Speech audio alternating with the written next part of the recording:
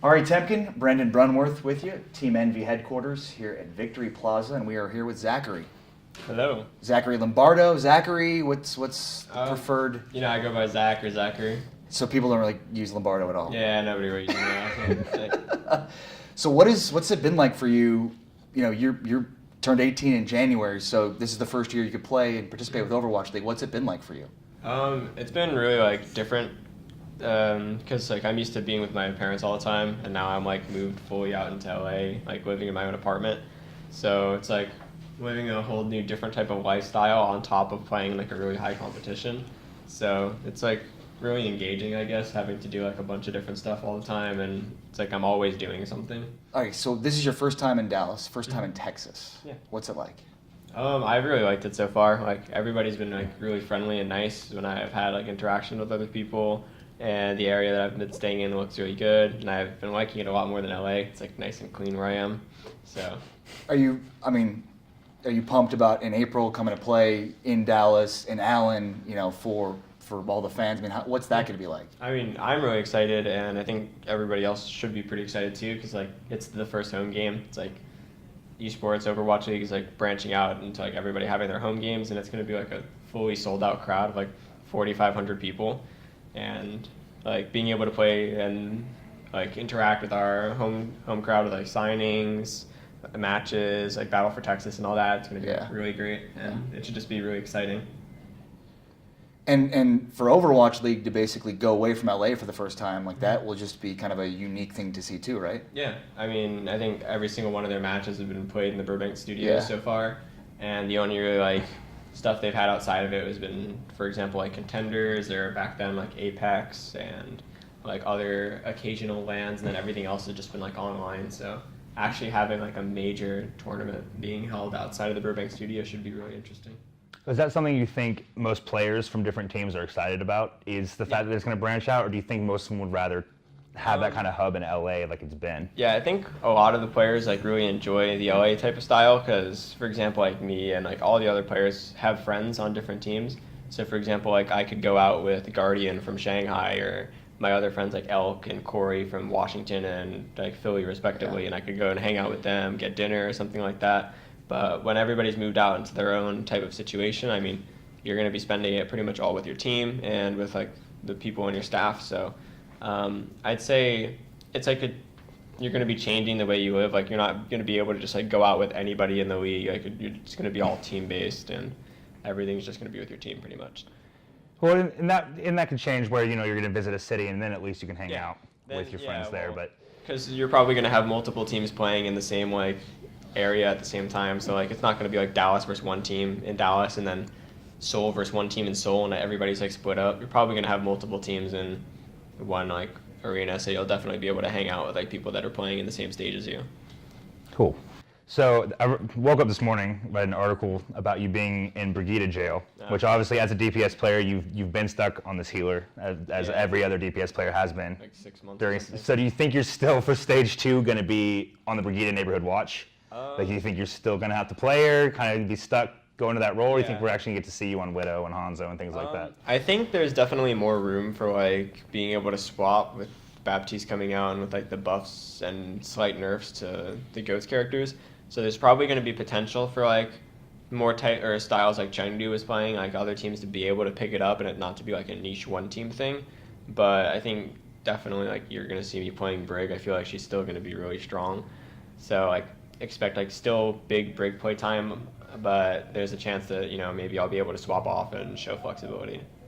And that's I think what most people are hoping for, because one thing with Goats is obviously so important is Lucio and his speed boost, which now he just feels so slow. Mm-hmm. So do you think that we're still going to see a bunch of Goats even with those nerfs? I think you definitely notice when you're playing Lucio that when you're taxing people back from spawn that you do feel slower. But speed boost in general is just an ability that no other character really has. Brigida has her own personal speed boost with her ultimate, and then Lucio has his with his obviously his speed boost aura and his amp. So being able to make your team faster and the AoE healing, being able to heal all 6 players on your team nonstop, and being able to control the pace of fights with your boops, he's still really strong, and his ultimate is also insane. So the nerf really doesn't do much. Doesn't do much to him. No. And booping's more consistent now too, so that might even be easier to do now, right? Even better, yeah. It's Yeah. actually so much better. It's crazy. Like, you can boop diva players. Like, I was watching Space from Valiant streaming yesterday, and he was flying up to 1v1 a Pharah, and the Pharah used her concussive blast on him, and Space got shot away, and it used to just, like, do nothing and shoot the Pharah away, but it shot both of them now. I forgot that it changed it to moving targets and they're So it's flying like targets everybody too. gets booped now. So, like, with Hammond in general, now, like, say Hammond's swinging in a circle, if you boop him, he'll go back the other way like an actual pendulum. It will actually completely stop the momentum and take it the other way. Push him the other way now instead of just, like, stopping him and then he, like, rolls over your head awkwardly. So. Was it cool to participate in the World Cup with Team America? I mean, to talk about that and just kind of representing America in that capacity. Yeah, representing America was like an honor, I guess, because I'm playing with like all the best players in America and representing the entire country, like with our performance. And everybody on the team was like a real blast to be around. Like, Sinatra's a great personality, Space, Raucous. Everybody on the team was just like really exciting and fun. So it was always something fresh, and I got to see a bunch of different like perspectives on the game. For like example, like everybody knows Shock is like the extremely aggressive team. So I had Sinatra being like a really aggressive player, and then like my two Houston players on the team, like Raucous and Muma, are usually seen as like more passive type of play style, like letting people come in, counter diving. So like playing with the two different types of perspectives and like seeing what other people like to do compared to what like Fusion Uni was doing at the time was really like a nice experience. Like, I got to see a bunch of different perspectives on the game. So overall, I mean, you mentioned kind of everybody being in the same city. It's great to be able to kind of be with everybody. But overall, I mean, do you think it will be a better move for the Overwatch League to have the home and away situation? Yeah, I mean, having a home and away situation allows like us, for example, like Dallas, to be able to interact better with our fans in the Dallas like Fort Worth area and all of Texas and stuff.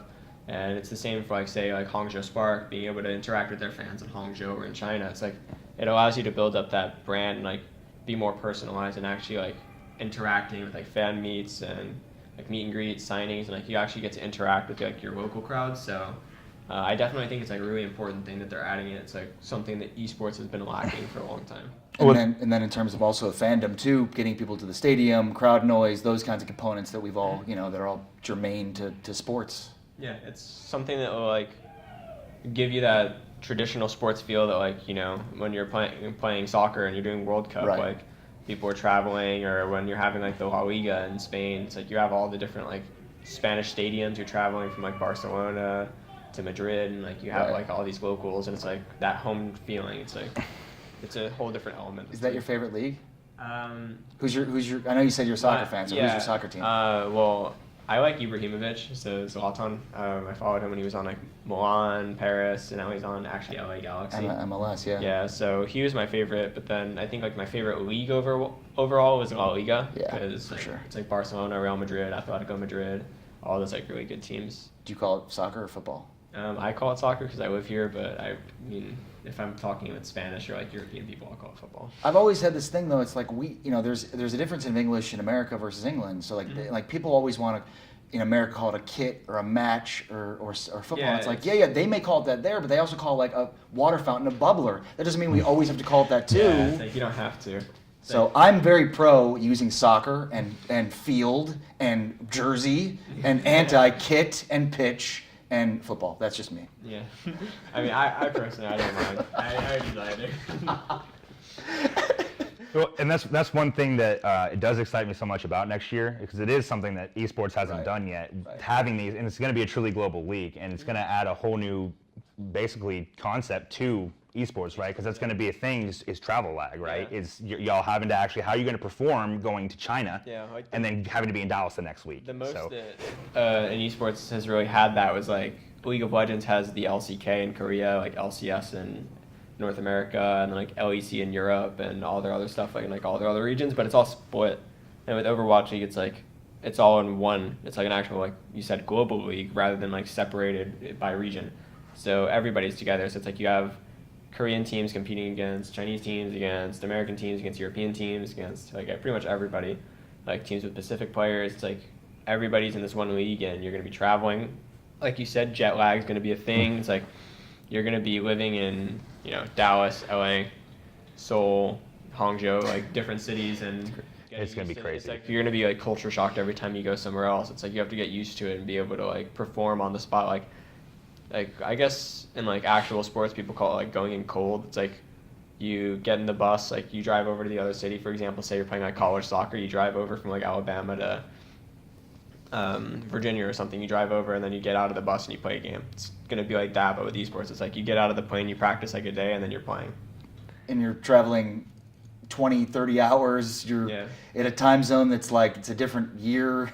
I mean, it really is unbelievable to see how that will work out, and that will obviously, I would imagine, play into the competition factor. I'm sure they'll do some kind of thing where when you go to Asia, you'll be visiting different cities. They'll probably be staying. They'll probably do like stuff to actually like keep player wellness up, and not like have us going from like Seoul, then all the way over to New York, and then to LA, and then back to like Taiwan or something. It's like they're probably not going to make us do that. Hopefully not too much at least. Hopefully they're not going to like, I don't think they will, but I think they definitely are probably looking into having the format so the players aren't getting like thrown everywhere. So since you're going to be living in Dallas next year, we figured we'd kind of give you sort of the, what you need to know or what places you need to go. Brandon, what do you think? What advice for Zachareee in terms of what he needs to know about Dallas? I mean, so it'll depend on what time you're coming here, but I say definitely. I mean, sports are king here, right? So I think definitely getting to go see a Cowboys game at AT&T Stadium, going and hanging out in Texas Live, which I've really enjoyed doing so far, and it's not even done yet. So I think going out there, Deep Ellum. Spending some time in Arlington for sure. Deep Ellum. Deep Ellum is a great time. Really, really artsy. Once you turn 21. Oh, well, even before though, there's a lot of great places to eat there. There is. It's like, for instance, one of our watch parties was actually at the brewery in Deep Ellum, and it was just a great time being able to hang out there. Kind of downtown, a little bit further south, and it used to be kind of a bad area that's now been revitalized. Great restaurants, really good food. I mean, tons and tons of stuff. Breweries. Yeah. I think the Grateful Dead wrote a song called the Deep Ellum Blues. I think it was about Deep Ellum. Yep. So that's when the Grateful Dead writes Dueling piano bar, stuff like that. Grateful Dead. My mom's actually a big Cowboys fan, so I'll probably go out and watch a match or two. Oh yeah, you'll have to bring her out then for a game because it's unreal watching a game in there. Well, and the other one too is we're at Team Envy headquarters in Victory. I mean, we're literally looking at the American Airlines Center right now. And Luka Doncic, who is just a little bit older than you, he just turned 19. Yeah. I think you said January. He's February of '99. Mm-hmm. So he's a huge Overwatch player. So are you? I mean, you got to figure out a way to kind of play. Kind of connect. Yeah, absolutely. Because Luka Mania has taken over Dallas. So there's no reason why Zachareee Mania can't take over Dallas too. It's true. You get a picture with him playing Overwatch. People will be like, "Oh, what's this game Luka's into?" And then boom. Kind of like how everybody was doing stuff with like Zed. Yes, exactly. The fact that he didn't play at the finals blows my mind. Yeah, that it was DJ Khaled. Now it's just, except it's like the Dallas career instead. Yeah. So it's like it's better. Absolutely. Well, I appreciate it, man. Thank you. Thanks for having me. Absolutely. Thanks very much.